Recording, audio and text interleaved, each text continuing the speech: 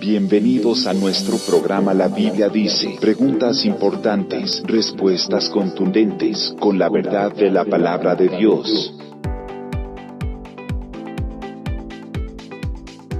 Pregunta: ¿en dónde estaba Jesús los 3 días entre su muerte y resurrección? Respuesta: un pasaje clave en la discusión sobre dónde estuvo Jesús durante los 3 días entre su muerte y resurrección es 1 de Pedro 3:18-19 que dice: porque también Cristo padeció una sola vez por los pecados, el justo por los injustos, para llevarnos a Dios, siendo a la verdad muerto en la carne, pero vivificado en espíritu, en el cual también fue y predicó a los espíritus encarcelados. La palabra espíritu se refiere al espíritu de Cristo. El contraste es entre su carne y espíritu, y no entre la carne de Cristo y el Espíritu Santo. La carne de Cristo murió, pero su espíritu permaneció vivo.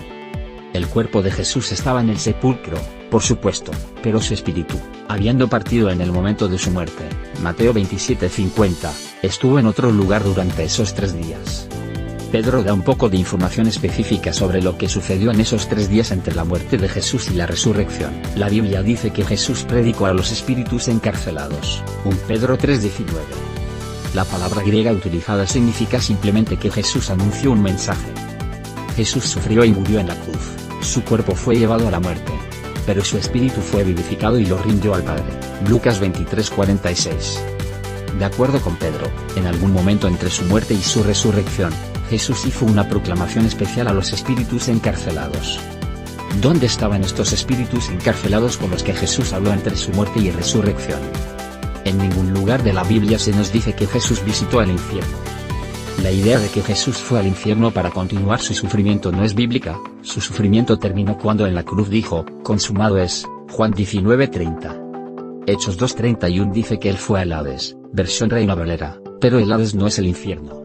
En el original del griego, la palabra Hades se refiere a la esfera de la muerte, un lugar temporal en donde los muertos esperan la resurrección. Apocalipsis 20:11-15 en las versiones de habla inglesa NASB y la Nueva Versión Internacional, hacen una clara distinción entre el Hades y el lago de fuego.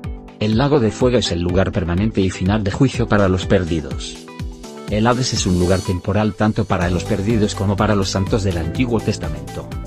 Nuestro Señor rindió su espíritu al Padre, murió, y entró en el paraíso, como había prometido al ladrón en la cruz. Lucas 23:43. En algún momento entre la muerte y la resurrección, visitó la esfera de la muerte en donde pronunció un mensaje a los seres espirituales, probablemente ángeles caídos. Ve a Judas 6, quienes probablemente fueron encarcelados porque de alguna manera estaban involucrados en un pecado grave antes del diluvio en el tiempo de Noé. 1 Pedro 3:20.